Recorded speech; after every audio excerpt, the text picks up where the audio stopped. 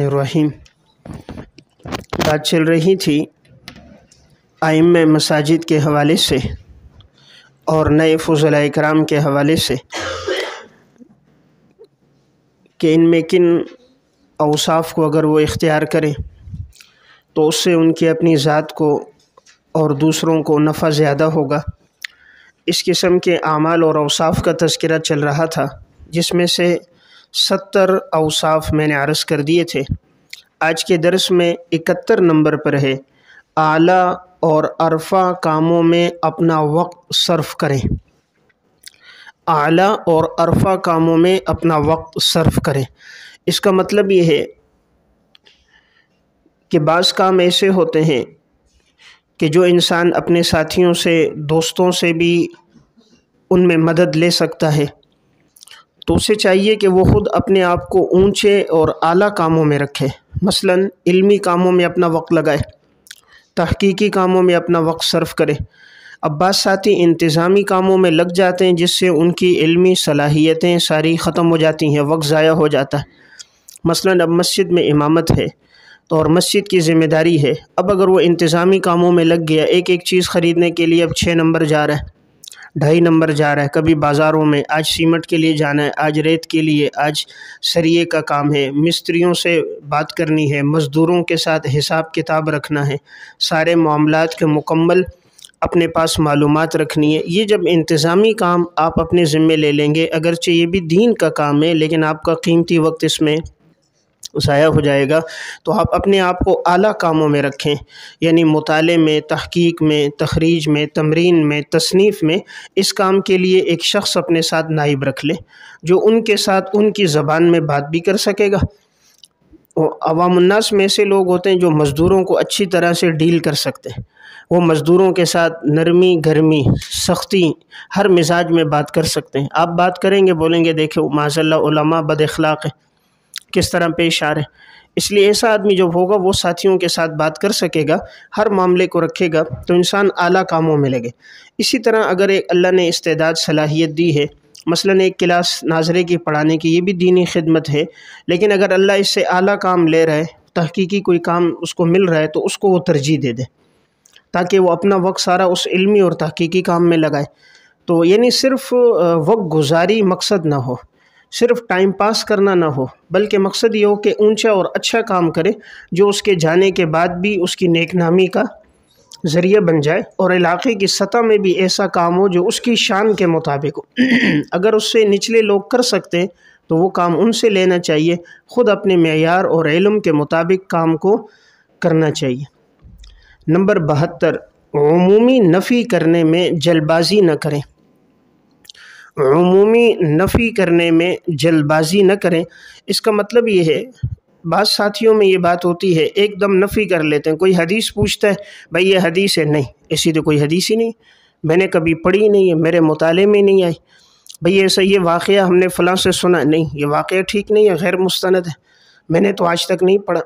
بھئی تو نے سارا علم پڑھ لیا، ساری حدیث کی کتابیں تیرے مطالعے سے گزر گئیں، سلف کے تمام واقعات تو نے بالاستیاب ان ساری کتابوں کو پڑھ لیا ہے۔ جب نہیں پڑھا تو عمومی نفی نہیں کرنی چاہیے کہ یہ حدیث موضوع ہے اور یہ واقعہ ٹھیک ہی نہیں ہے، میں نے نہیں پڑھا تو میرا نہ پڑھنا اس کے نہ ہونے کو مستلزم نہیں، میرے مطالعے میں نہ آنا اس کے نہ ہونے کو مستلزم نہیں ہے۔ اس لیے آدمی یہ کہے کہ میں اس بات کی تحقیق کر دوں گا، کسی صاحب علم سے بات پوچھ لوں گا، یا کریں بھی تو عمومی نہ کریں کہ وہ حدیث نہیں ہے، بلکہ یہ کہیں میرے مطالعے میں نہیں آئی، میں نے اب تک یہ حدیث نہیں پڑھی اور اب تک یہ واقعہ میں نے کسی کتاب میں نہیں دیکھا، لیکن پھر بھی میں صاحب علم اور صاحب مطالعہ حضرات کی طرف رجوع کر کے پھر آپ کو بات بتاؤں گا۔ تو یہ بات میں نے جو جملہ آپ کے سامنے عرض کیے نا، بڑا اہم جملہ کیا تھا؟ عمومی نفی کرنے میں۔ عمومی نفی ایک تو ہے کہ اپنی ذات کی نفی نا، وہ تو ٹھیک ہے بھئی میں نے نہیں پڑھا، میرے مطالعے میں نہیں آیا اور یہ حدیث میں نے نہیں پڑھی، لیکن عمومی نفی کہ وہ حدیث ہی نہیں ہے، وہ واقعہ ہی نہیں ہے، حالانکہ وہ واقعہ ہوتا ہے۔ اب جیسے چند دن پہلے کی بات ہے، ہفتہ 8 دن گزرے، ایک ساتھی نے واٹس ایپ پر ایک حدیث بھتیجے کے نمبر پر بھیجی اور کہا مولانا صاحب سے اس بارے میں پوچھ لیں، اور اس نے کہا کہ میں نے ایک صاحب سے پوچھا، انہوں نے کہا یہ من گھڑت روایت ہے۔ اب وہ روایت یہ تھی، وہ مشہور حدیث ہے کہ آپ صلی اللہ علیہ وسلم نے بیان فرمائی ایک آدمی نے دوسرے سے زمین لے لی، تو اب جس نے زمین لی تھی تو اس نے جب کھدائی کی تو نیچے سے سونا نکل آیا، تو اب اس نے اس کو جا کر واپس کرنا چاہا کہ یار میں نے آپ سے زمین لی تھی، سونا نہیں لیا۔ بیچنے والے نے کہا میں نے آپ کو زمین بھی دے دی، سونا بھی دے دیا۔ اب نہ وہ قبول کر رہا تھا نہ یہ لے رہا تھا۔ آخر یہ ہوا کہ انہوں نے پوچھا تمہارے گھر میں کوئی لڑکا جوان کہاں ہے، تمہارے گھر میں کوئی لڑکی جوان ہو؟ انہوں نے کہا موجود ہے۔ ان دونوں کا نکاح کرا دیا، اور وہ جو سونا تھا وہ ان کے اوپر مہر کے طور پہ بھی خرچ ہو گیا، باقی صدقے کے طور پہ کہ اللہ کے نام پہ دے دو۔ اب یہ بالکل صحیح حدیث ہے، صحیح مسلم میں موجود ہے روایت، اور نقل کرنے والا کہہ رہا ہے کہ یہ روایت بالکل غیر مستند ہے، موضوع بات ہے، ہم نے نہیں پڑھی کہیں، حالانکہ وہ مستند واقعہ ہے اور صحیح حدیث کی کتاب میں سند کے ساتھ موجود ہے۔ تو ایسا اکثر ہو رہا ہے کہ بعض ساتھی فوراً نفی کر رہے ہوتے ہیں، صحیح حدیثوں کی نفی کر رہے ہیں۔ تو آج مزاج یہ بن گیا کہ ہر آدمی دعویٰ کر رہا ہے گویا اس نے سارا علم پڑھ لیا ہے، ساری معلومات حاصل کر لی ہیں، اس لیے وہ فوراً ہی کوئی بھی روایت سامنے آ جاتی، نہیں یہ غیر مستند ہے، ہم نے نہیں پڑھی، ہم نے نہیں سنی، میں نے مطالعے میں یہ بات نہیں آئی، تو اس سے گریز کرنا چاہیے۔ صحیح حدیثوں کو بھی اس وقت موضوع کہہ کے رد کیا جا رہا ہے، اور جو روایتیں اکابر کی کتابوں میں بھی آئی اس سے بھی بد اعتمادی پیدا کی جا رہی۔ فلاں بڑے بزرگ نے ایک حدیث لکھی ہے تو اب اس سے نہیں فلاں نے لکھا یہ من گڑت ہے، یہ موضوع ہے، یہ من گڑت ہے۔ دیکھا جائے اکثر روایت بالمعنی ہوتا ہے، کسی ایک طرق پہ کلام ہوتا ہے، دوسرے پہ کلام نہیں ہوتا، کسی سند میں وہ راوی ہوتا ہے، دوسری سند میں وہ راوی موجود نہیں ہوتا۔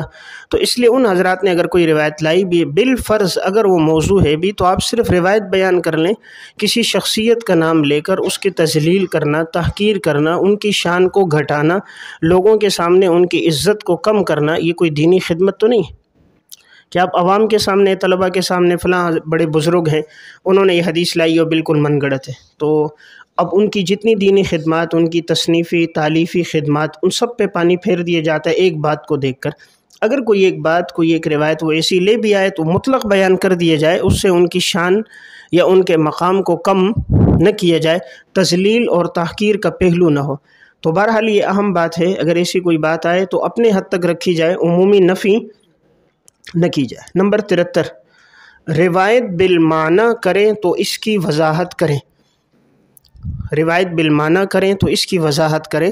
روایت بالمعنی یہ ہے کہ اگر آپ حدیث کے الفاظ نہیں پڑھ رہے، حدیث کا بعینی ہی آپ ترجمہ نہیں کر رہے، اپنے الفاظ میں حدیث کا مفہوم اور معنی بتا رہے ہیں، تو آپ یہ ساتھ قید لگائیں کہ آپ صلی اللہ علیہ وسلم کی حدیث کا مفہوم یہ، رسول اللہ صلی اللہ علیہ وسلم نے جو ارشاد فرمایا اس کا مفہوم میں آپ کے سامنے عرض کر رہا ہوں، تاکہ سننے والا سمجھ جائے کہ اس میں الفاظ آپ صلی اللہ علیہ وسلم کے کچھ ہیں، کچھ امام صاحب اپنے الفاظ کے ساتھ ان کی تشریح اور وضاحت کر رہے ہیں۔ آپ نے جب یوں کہا کہ آپ صلی اللہ علیہ وسلم نے فرمایا، پھر اگر ایک جملہ بھی آپ نے اپنی طرف سے لگا دیا تو یہ من کذب علی متعمدن میں شامل ہے، کہ آپ جب نسبت آپ صلی اللہ علیہ وسلم کی طرف کر رہے ہیں اور وہ جملہ حضور کا نہیں ہے، آپ کا ہے، تو آپ نے تو اس کی نسبت تو حضور کی طرف کی ہے۔ اس لیے اگر روایت بالمعنی ہو تو لفظ مفہوم کی وضاحت کر دی جائے، اس سے بہت سے شبہات بھی ہٹ جائیں گے، بعد میں آنے والا کوئی آپ پر اعتراض بھی نہیں کرے گا کہ انہوں نے یہ بات بیان کی، حالانکہ وہ جملہ تو حدیث میں ہے ہی نہیں۔ تو دامن بھی محفوظ رہے گا اور انسان ایک کبیرہ گناہ سے بھی بچ جائے گا۔ نمبر 74، اپنے لیے تعریفی، تعظیمی القابات اور مبالغہ آرائی سے بچیں۔ اپنے لیے تعریفی، تعظیمی القابات اور مبالغہ آرائی سے بچیں۔ آج ہر آدمی اپنی تعریف خود کر رہا ہے، وہ بیٹھا ہے تو بتا رہے جی الحمدللہ محقق العصر حضرت شیخ التفسیر والحدیث حضرت اس وقت جی میں نے اتنے فتاوی لکھ دیے ہیں، 4 سے 5 ہزار فتاوی میرے قلم سے جاری ہو گئے، اور 8-10 ہزار اوراق میں لکھ چکا ہوں، اور 200 سے زائد عنوانات پہ میں بات کر چکا ہوں، اور سلف کی ہزاروں کتابیں میں نے مطالعہ کر دی ہیں، سینکڑوں صفحات کا میں یومیہ مطالعہ کر رہا ہوتا ہوں۔ فلاں جگہ میرا مناظرہ ہوا، میں نے ان کو یوں شکست دی، فلاں کے ساتھ میری بات ہوئی، میں نے سب کو یوں خاموش کرا دیا، فلاں جگہ بات ہوئی 20,000 آدمی نے ہدایت اللہ نے دے دی، 400 آدمیوں کو اللہ نے ایمان کی توفیق دے دی۔ تھوڑا سا ہلکا ہاتھ رکھنا چاہیے۔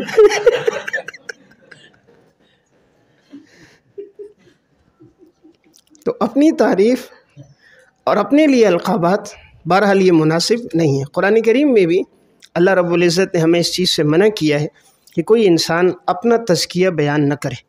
ٹھیک ہے، اگر کوئی عوام الناس میں سے آپ کے لیے کوئی جملہ کہہ دیتا ہے اور آپ کے سامنے اگر وہ زیادہ مبالغہ کر رہا ہے، پھر بھی آ کر بات کر دی جائے انہوں نے یہ اوصاف بیان کیے ہیں اور میں اس کا اہل نہیں ہوں، دعا فرما دیں اللہ تعالیٰ یہ صفات اور یہ اوصاف میرے اندر پیدا کر دے۔ تو بہرحال خود اپنے تذکرے کے اندر اس طرح کے جملے، اس طرح کی باتیں کہنا، اس سے انسان جتنا گریز کرتا ہے اتنا اس کا علم پختہ رہتا ہے، اللہ رب العزت کے ہاں بھی اس کی محبت بڑھ جاتی ہے اور عوام الناس کے ہاں بھی اس کی محبت بڑھ جاتی ہے۔ قرآن کریم میں اللہ تعالیٰ نے فرمایا فَلَا تُزَكُّوا أَنفُسَكُمْ هُوَ أَعْلَمُ بِمَنِ اتَّقَىٰ، تم اپنا تزکیہ خود نہ کرو، میں پاک ہوں، میں متقی ہوں، میں پرہیزگار ہوں، میں ایسا ہوں ویسا ہوں، اللہ تعالیٰ خوب جانتا ہے بِمَنِ اتَّقَىٰ کون پرہیزگار ہے۔ اللہ کو بتانے کی ضرورت نہیں ہے، اس لیے بہرحال ان سے گریز کرنا چاہیے۔ یا بعض ساتھی ناراض ہو جاتے ہیں جی آپ نے میرا نام اشتہار میں لکھا، وہ لقب نہیں لکھا۔ ایک صاحب کو اس طرح پروگرام میں بلایا، دعوت دی، تو بعد میں بات سامنے آئی کہ انہوں نے کہا میرے ساتھ جو القابات لکھے جاتے ہیں وہ آپ نے نہیں لکھے، آئندہ اس کا آئندہ اس کا اہتمام کریں۔ نمبر 75، نصیحت اور تنقید فراخ دلی سے قبول کریں۔ نصیحت اور تنقید فراخ دلی سے قبول کریں، اس کا مطلب یہ ہے آپ کے سامنے کبھی کوئی ساتھی آپ کو نصیحت کر رہا ہوگا، آپ یہ نہ دیکھیں نصیحت کرنے والا کون ہے، کوئی عالم نصیحت کرے چاہے وہ عمر میں کم ہے عمر میں بڑا ہے، اور یا عوام الناس میں سے کوئی آدمی کوئی بات کہہ دے تو آدمی کو وہ ہدایت کی بات جہاں سے بھی ملے لے لینی چاہیے، یہ نہیں دیکھنا چاہیے کرنے والا کون ہے۔ یا کوئی ساتھی تنقید کر لیتا ہے کہ حضرت آج آپ تاخیر سے آ گئے، آپ نے وقت زیادہ صرف کر دیا، آج فلاں چیز دیکھی گئی، تو آپ دیکھ لیں اگر کوئی تنقید ہے اس کو قبول کر لیں، ان سے الجھے نہیں کہ آپ کے دل میں علماء کا احترام نہیں ہے، محبت نہیں ہے، فوراً فتویٰ اس پر نہ لگائیں، اپنی غلطی کو تسلیم کریں۔ اپنی غلطی کو تسلیم کرنے سے عزت بڑھ جاتی ہے، آئندہ کسی کو موقع نہیں ملتا، اس لیے میں نے پہلے بھی بات عرض کی ہے، تنقید سے بہتری آتی ہے، جہاں کوئی تنقید آئے گی اس سے آنے والے وقت میں آپ کا مقام مرتبہ اور اونچا ہوگا، اپنی خامیاں جتنی دور ہوں گی تو آپ کی خوبیوں کا نکھار اور زیادہ ہوگا۔ نمبر 76، اپنے گھر والوں کو اور اولاد کو دین سے وابستہ رکھیں۔ اپنے گھر والوں کو اور اولاد کو دین سے وابستہ رکھیں۔ شریعت کا حکم یہ ہے، سب سے پہلے اللہ تعالیٰ نے انسان کو مکلف بنایا ہے، یا ایھا الذین آمنوا قوا انفسکم واہلیکم نارا، سب سے پہلے کا قوا انفسکم، اپنے آپ کو جہنم کی آگ سے بچاؤ، یعنی پہلے انسان خود ہے، خود مکلف ہے، اور جب اس نے اپنے آپ کو بچا دیا پھر دوسرا حکم دیا واہلیکم نارا، اور اپنے گھر والوں کو بھی جہنم کی آگ سے بچاؤ۔ اب ہمارے ہاں یہ ہوتا ہے، ہم لوگ باہر تو دعوت دے رہے ہیں، تبلیغ کر رہے ہیں، ممبر و محراب سے بات کر رہے ہیں، اہل محلہ کو دین کی طرف لا رہے ہیں، اپنے بچے بے دین ہیں، اپنے بچے نماز نہیں پڑھ رہے، اپنی گھر والی عبادت کا اہتمام نہیں کر رہی۔ یہ ہے چراغ تلے اندھیرا، لوگوں کو ہدایت کی راہ دکھا دی اور اپنی اولاد جن کا گھر مسجد، جن کی دیوار مسجد کی دیوار سے منسلک ہے، وہ بالغ اولاد کبھی امام صاحب کی مسجد میں نظر نہیں آتی، نماز کا ٹائم ہے وہ باہر کھڑے موبائل پہ لگے ہوئے، نماز پڑھتے نظر نہیں آ رہے ہوتے۔ قرآن کریم ہمیں یہی حکم دے رہا ہے کہ انسان اپنے گھر والوں کو جہنم کی آگ سے بچائے، پہلے ان کو بچائے، پھر اس کے بعد تیسرا ہے وَأَنذِرْ عَشِيرَتَكَ الْأَقْرَبِينَ، پھر رشتہ داروں کو دین کی طرف بلائے، جیسے آپ صلی اللہ علیہ وسلم نے دعوت دے کر سب کو بلایا، دعوت دی، پھر انسان محلے کی سطح پہ کام شروع کرے، علاقے کی سطح پہ کام شروع کرے۔ اب ایک ساتھی سفر کر رہا ہے، باہر جاتا ہے، اندرون کا سفر ہے، بیرون کا سفر ہے، الحمدللہ وہ وقت دین پہ لگا رہا ہے، لیکن اپنی اولاد بیوی بچے دین سے بہت دور ہے۔ الا کلکم راع وکلکم مسئول عن رعیتی، جس کے بارے میں ہم سے پوچھا جائے گا اس کی فکر ہی نہیں، اور جس کے ہم مکلف نہیں ہیں اس پہ ہم بڑا وقت صرف کر رہے ہیں۔ اگر ایک آدمی باہر کے سفر پہ نہیں گیا، ہم اس کے مکلف نہیں ہیں، اگر ہم نہ جا سکے تو اس سے ہم سے اس بارے میں باز پرس نہیں ہوگی، لیکن ہم سے ہماری بیوی کے بارے میں، ہم سے ہماری اولاد کے بارے میں باز پرس ہوگی، اس لیے کہ ہم مکلف ہیں۔ اور قرآن کریم میں اللہ تعالیٰ نے حکم کیا دیا وَأْمُرْ أَهْلَكَ بِالصَّلَاةِ وَاصْطَبِرْ عَلَيْهَا، نماز کا حکم دو گھر والوں کو۔ ہم باقی چیزوں کا حکم دے رہے ہوتے ہیں، نماز کا حکم نہیں دیتے۔ تھوڑی دیر سوچنا چاہیے، نماز کے لیے ہم نکلیں، اپنی اولاد کو ساتھ لے کر آئیں، اپنی گھر والی کو نماز کے لیے جگایا۔ پھر شریعت نے کیا کہا، پہلے ان کو حکم دو اور خود جمے رہو نماز پہ۔ معلوم ہوا انسان کے عمل سے دعوت زیادہ ہوتی، جب وہ خود جمع رہے گا نا بچے بھی پابند ہو جائیں گے۔ یہ ہماری اپنی تھوڑی سستی ہوتی ہے جس کا اثر ہماری اولاد اور گھر والوں پہ ظاہر ہوتا ہے، تو جتنا خود دوام ہوگا اس کا اثر اولاد پہ زیادہ ظاہر ہوگا۔ ام المومنین حضرت عائشہ رضی اللہ تعالیٰ عنہ فرما رہی ہیں کہ جیسے اذان ہوتی تھی حضور اٹھ کے یوں چلے جاتے جیسے کسی کو پہچانتے ہی نہیں ہوں، تو اگر گھر کے اندر یہ ماحول ہوگا، وہ دیکھیں گے شوہر کو اور اولاد دیکھے گی والد کو کہ نماز کا اتنا اہتمام ہے، تو ان کی زندگی میں بھی وہ اہتمام آ جائے گا۔ حضرت اسماعیل علیہ السلام کی صفت بھی تھی کہ وہ اپنے گھر والوں کو نماز کا حکم دیتے تھے۔ حضرت عمر رضی اللہ تعالیٰ عنہ بھی گھر والوں کو نماز کے لیے جگاتے تھے، اور اللہ نے رزق کو نماز کے ساتھ جوڑا۔ قرآن میں وَأْمُرْ أَهْلَكَ بِالصَّلَاةِ وَاصْطَبِرْ عَلَيْهَا لَا نَسْأَلُكَ رِزْقًا نَحْنُ نَرْزُقُكَ وَالْعَاقِبَةُ لِلتَّقْوَىٰ، ہم تمہیں رزق دیں گے اور بہترین انجام تقویٰ کا ہے۔ اس لیے مفسرین نے لکھا ہے رزق نماز کے ساتھ ہے، جتنا نماز کا اہتمام زیادہ ہوتا ہے اتنا رزق زیادہ ہوتا ہے۔ پھر یہاں بھی دیکھیں عجیب جملہ ہے، وَأَهْلِيكُمْ نَارًا، اپنے اولاد کو آگ سے بچاؤ۔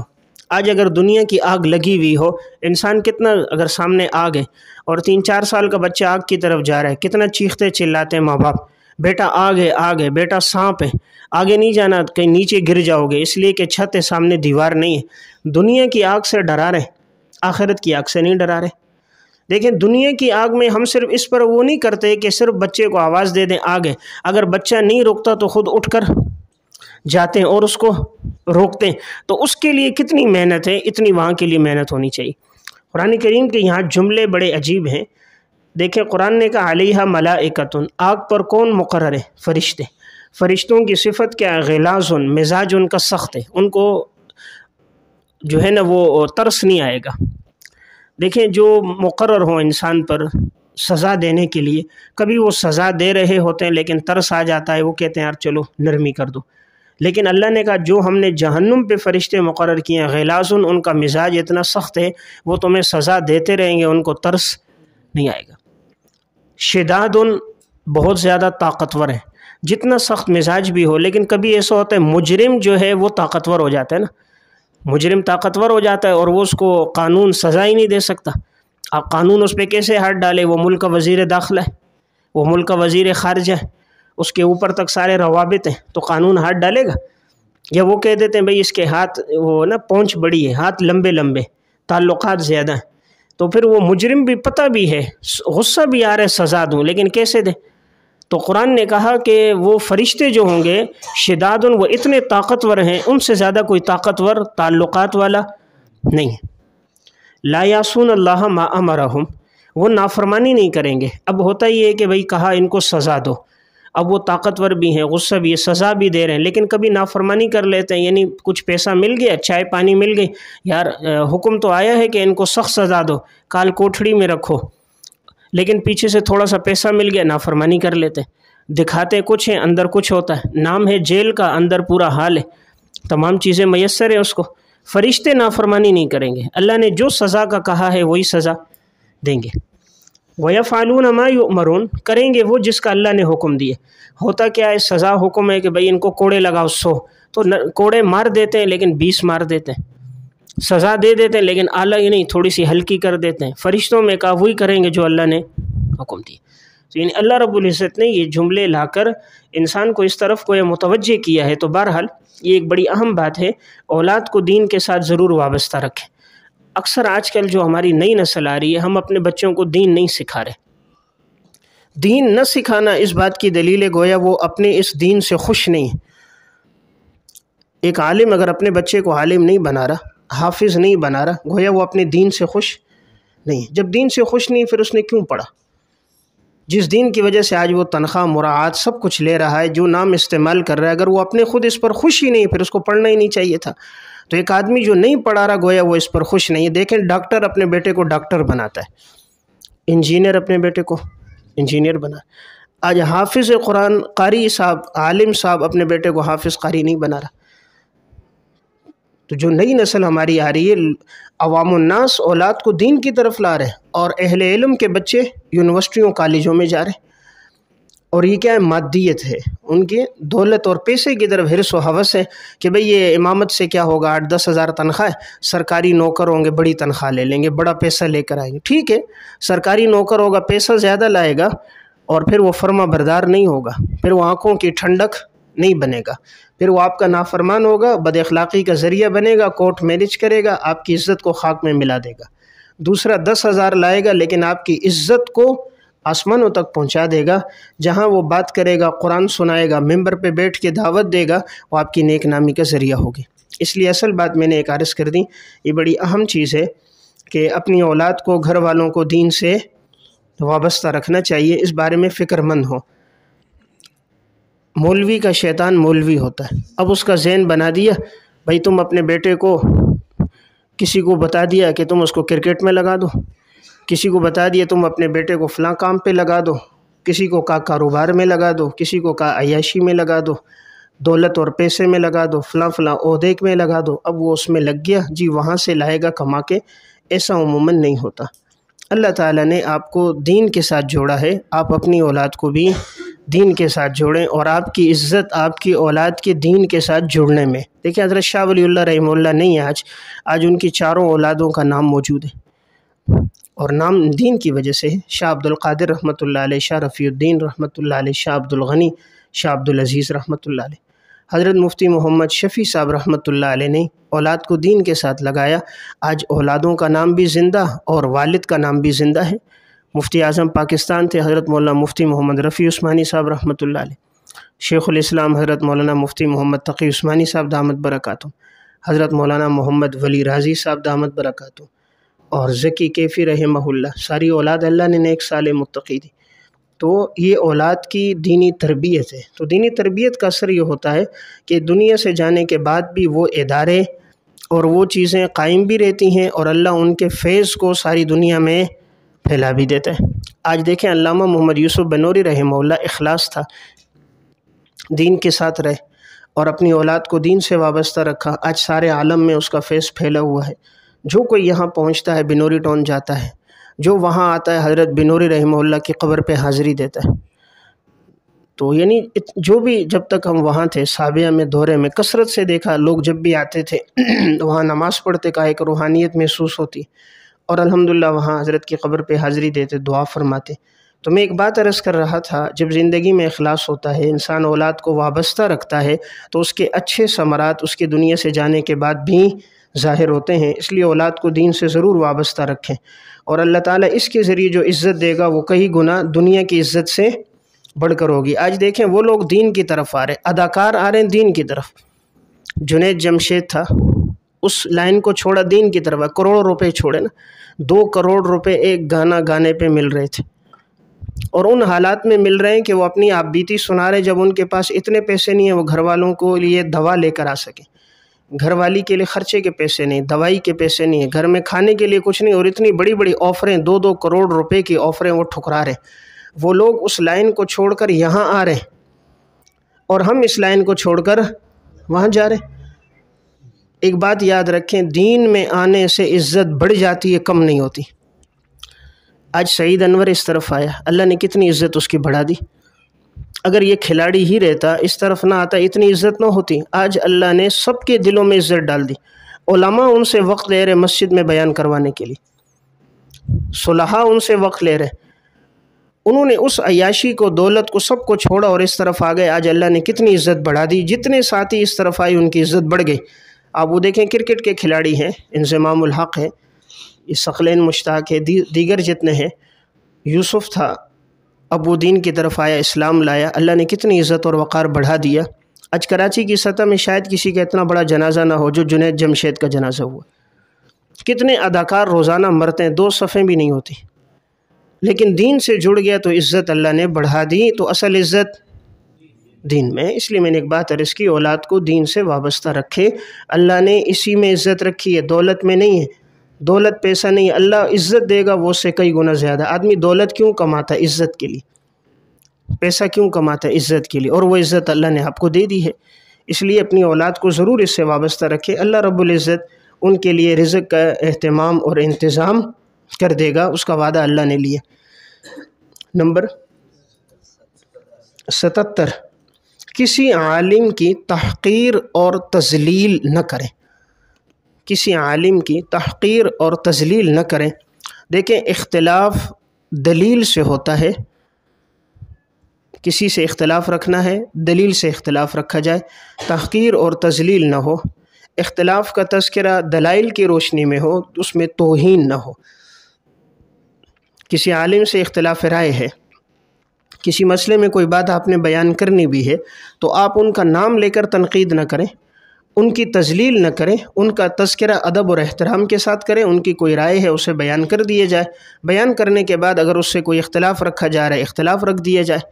اول تو یہ کہ ممبر اور محراب کو فروعی مسائل کے لیے استعمال ہی نہ کیا جائے تو سب سے بہتر ہوتا ہے۔ ہاں اگر کلاس کے اندر بھی کوئی ایسی بات ہو تب بھی کسی بھی عالم کی کوئی اختلافی رائے، کوئی شاذ قول، کوئی ان کی انفرادی بات بھی کرنی ہے تب بھی ان کا تذکرہ احترام کے ساتھ کر کے ان کی رائے بیان کر کے اختلاف دلیل کے ساتھ کریں۔ تو میں نے عرض کیا اختلاف دلیل سے ہو، تحقیر نہ ہو، کسی شخصیت سے اختلاف ہو اس میں ان کی تذلیل نہ ہو۔ ہم جب تک کسی کو ذلیل نہ کریں ہم اس سے کم پہ اس کو چھوڑتے نہیں ہیں، یا تو اس کو اسلام سے خارج کرتے ہیں یا فاسق فاجر بنا دیتے ہیں یا بڑا گناہگار نہ بنا دیں تو اس سے کم پہ گویا ہم راضی نہیں ہوتے۔ تو یہ مزاج نہیں ہونا چاہیے، کسی سے اختلاف رائے رکھنا ہے اختلاف رائے ہو، تذلیل کا پہلو نہ ہو۔ نمبر 78 بچوں کے لیے دینی و اخلاقی تربیتی کورس کا اہتمام کریں، دینی اور اخلاقی تربیتی کورس کا بچوں کے لیے اہتمام کریں۔ عموماً جس مسجد میں ہمیں امامت کی توفیق ملتی ہے، دیکھیں ہر مسجد میں بچے ناظرہ پڑھنے آتے ہیں۔ دینی تعلیم عالم بننے کے لیے شاید 5% بچے آتے ہیں لیکن ناظرہ پڑھنے کے لیے 100% آتے ہیں۔ ناظرہ پڑھنے کے لیے اس 100% پر ہم محنت نہیں کرتے، 5% کے لیے ہم کوشش کر رہے ہیں، بڑے بڑے اشتہار لگا رہے ہیں، بڑی بڑی عمارتیں بنائی ہوئی ہیں، ہر مدرسے والا اپنے مدرسے میں دعوت دے رہا ہے کہ بھئی داخلے کے لیے یہاں رجوع کرو، داخلے کے لیے یہاں رجوع کرو، سب دعوتیں دے رہے ہیں، جی ہمارے ہاں درس نظامی موجود ہے، ہمارے ہاں فلاں فلاں کورسز ہیں۔ ان کے لیے ہم کوشش کر رہے ہیں، سرحد کے بچوں کو بلا رہے ہیں، پنجاب والوں کو بلا رہے ہیں، جو محلے کے اندر رہ رہے ہیں 100% آ رہے ہیں، ان کے لیے کوئی کوشش نہیں کر رہے۔ اور یہی بچوں نے اب آگے جانا ہے، یہ کسی نے فوج میں جانا ہے، کوئی کسی نے ڈاکٹر بننا ہے، کسی نے سرکاری اداروں میں جانا ہے، تو ان کے لیے ہماری کوشش نہیں۔ اگر ہم ان بچوں پر زیادہ محنت کریں، یہ ہمارے پاس کم از کم 3-4 سال ہوتے ہیں، بچے کو ناظرہ پڑھتے پڑھتے 3-4 سال لگ جاتے ہیں۔ اب وہ 5 سال کی عمر میں، 6 سال کی عمر میں بھی آتا ہے، 10-11 سال ہمارے پاس ہوتا ہے۔ ان 4 سالوں میں نہ ہم نے اس کی نماز ٹھیک کی، نہ ہم نے اس کو نمازی بنایا، نہ اس کے دل میں اللہ رسول کی محبت پیدا کی، نہ مسنون اعمال پہ اس کو لگایا، نہ علماء کی محبت پیدا کی۔ گلہ ہم لوگوں سے کر رہے ہیں، ہم نے کتنا ان پر کام کیا ہے، ہمارے ساتھی اس کے لیے کتنا اہتمام کر۔ ہم ناظرے کو دین ہی نہیں سمجھتے۔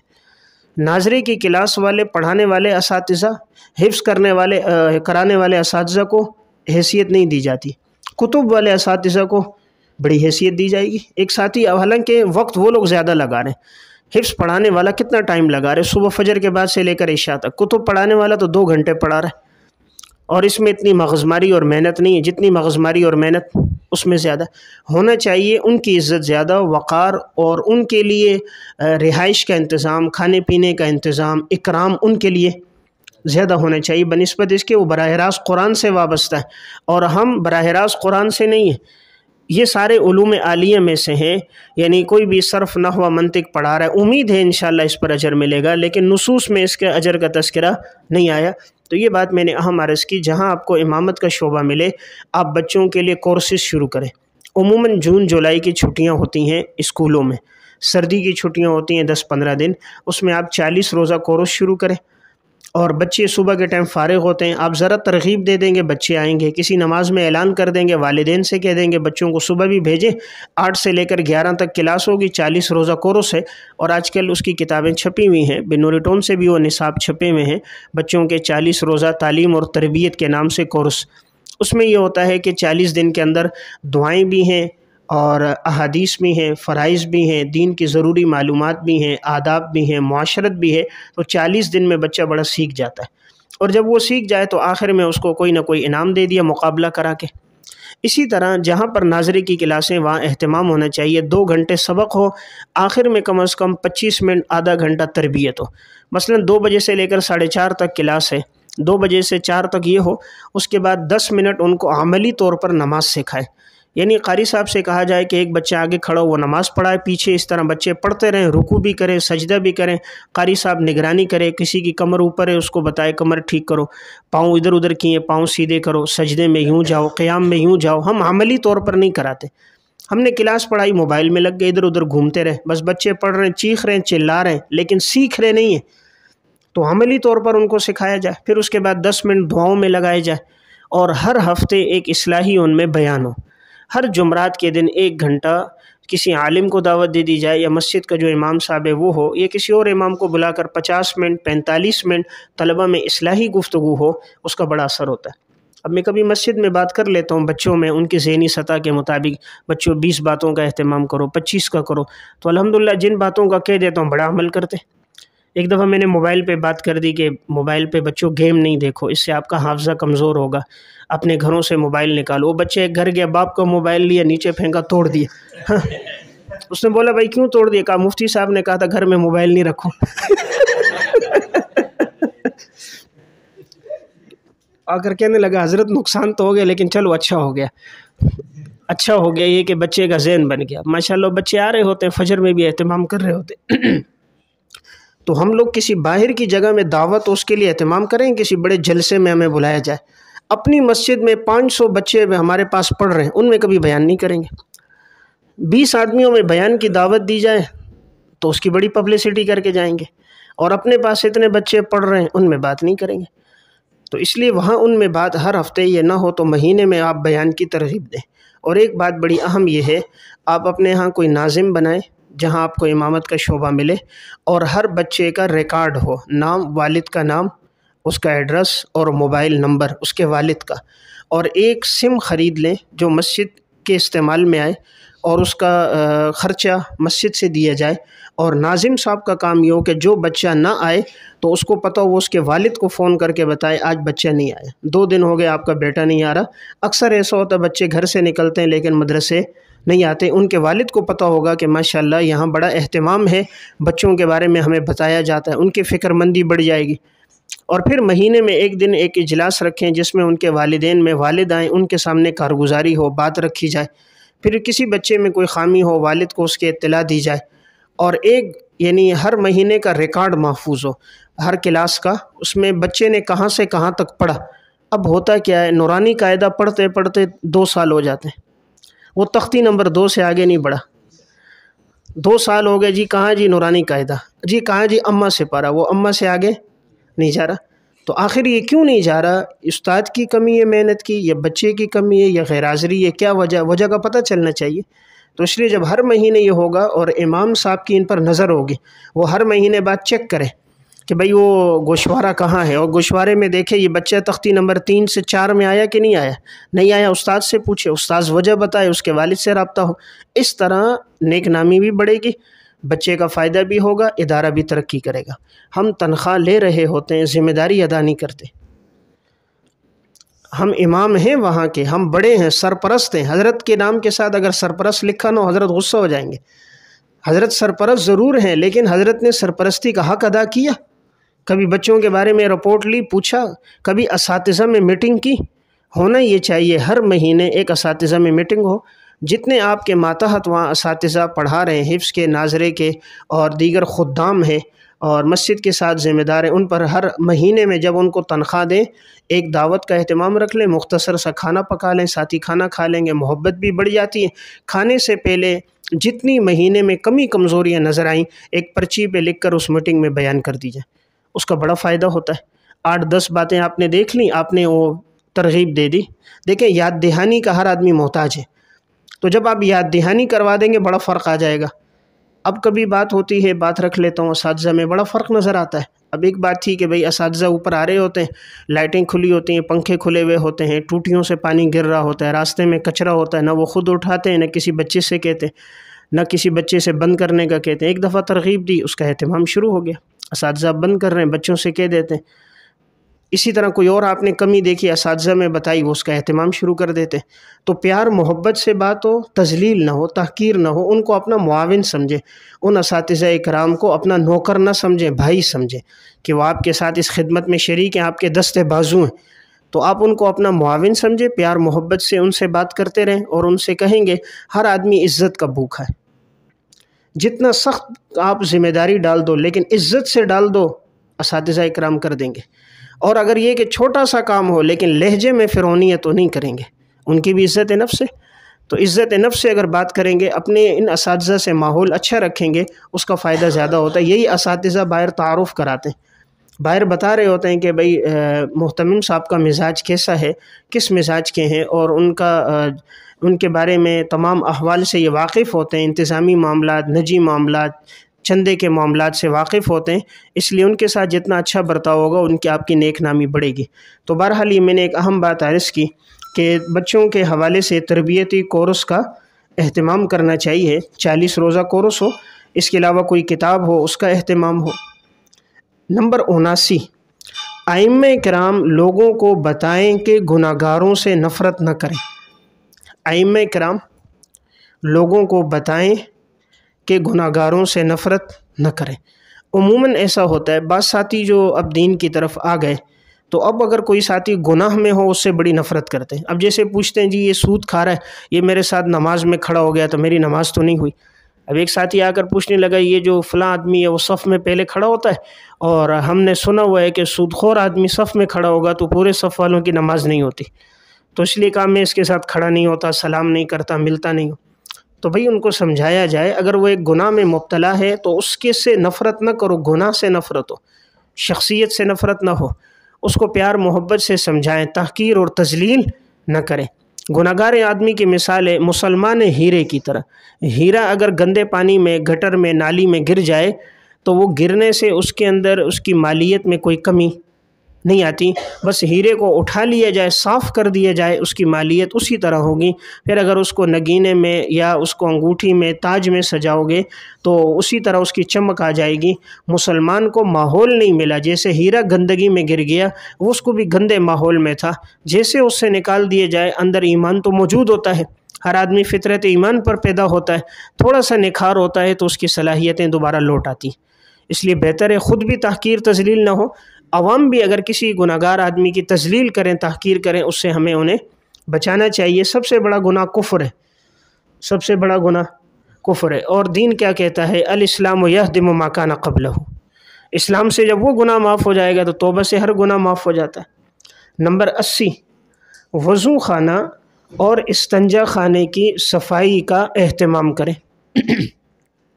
وضو خانہ اور استنجا خانے کی صفائی کا اہتمام کریں.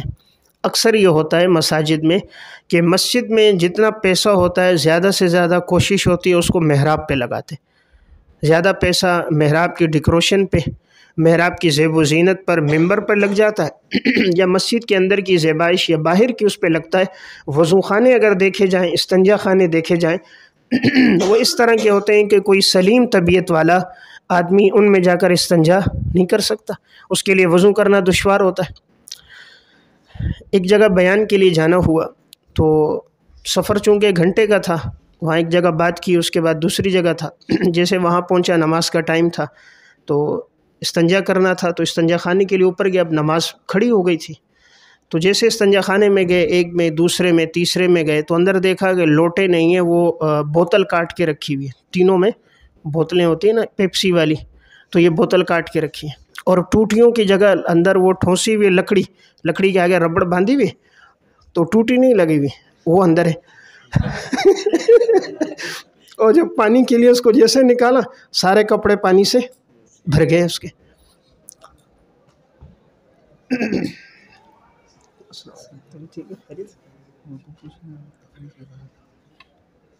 بس ویسے کہتے ہیں 1-2 دن میں لکھ لیتے ہیں، بیچ میں مصروفیت رہی، ہفتے کو لے لیں. تو استنجا خانے کی وہاں صفائی کا اتنا اہتمام نہیں تھا. تو جیسے ہی وہ نکالے گئے تو سارے کپڑے پانی سے بھر گئے. اور وہاں جو آگے دروازہ لگا ہوا تھا وہ دروازہ صحیح جڑا ہوا نہیں تھا، اس کو یوں ہاتھ سے اٹھا کر سامنے رکھنا پڑتا تھا. اور دروازے پہ اتنی لکھائی تھی جیسے کسی نے اس کو بورڈ بنایا ہوا، بورڈ ہوتا ہے اور اس پہ جتنے کافر ہیں سب کے نام لکھے ہوئے، فلاں کافر فلاں کافر، وہ سارا اس پہ ساری لکھائی بھی ہوئی ہے۔ اور ارد گرد جو دیواریں ہیں اس پہ اتنی میل کچیل تھی اور اتنی اس پہ الی تھی کہ کوئی شریف الطبیعت آدمی اس پہ نہیں بیٹھ سکتا ہے۔ اور WC شاید ہو سکتا ہے کہ کوئی 4-5 سال سے لگی ہے اور اس کو کبھی دھونے کا اہتمام نہیں کیا گیا۔ تو پھر جب مسجد میں آئے نماز کا اور وضو خانے کی بھی اسی طرح حالت تھی، نسوار ساری پڑی ہے اور پان کے جتنے نشانات ہیں وہ موجود ہیں، ٹوٹیوں سے پانی بہت زیادہ بہہ رہا ہے، اکثر ٹوٹیاں لیک ہیں، اس جگہ کا بھی کوئی خاص اہتمام نہیں تھا۔ جب بات کرنا کے لیے آئے ممبر پر ہوئی، ماشاءاللہ مجمع تھا، تو ممبر محراب دیکھا لکڑی کا بنا ہوا تھا، سارا کام لکڑی کا، بہت خوبصورت کام ہوا تھا۔ بعد میں جب بات ہوئی کہ حضرت آپ کو ہمارا محراب کیسا لگا، ممبر کتنا کیسا لگا، پوچھا بھائی کتنا خرچہ آیا، کہ حضرت بڑی اعلیٰ لکڑی استعمال کی ہم نے، فلاں فلاں لکڑی ہو رہی ہے، تقریباً 12 لاکھ روپے خرچہ ہے محراب اور ممبر پہ، لکڑی کے کام پہ 12 لاکھ روپے خرچہ آیا۔ تو ساتھی سارے بیٹھے ہوئے تھے، وہ میں نے کہا اگر آپ یہ 12 لاکھ کی جگہ 2 لاکھ روپے استنجا خانے پہ لگا لیتے تو میرے غریب کے کپڑے گیلے۔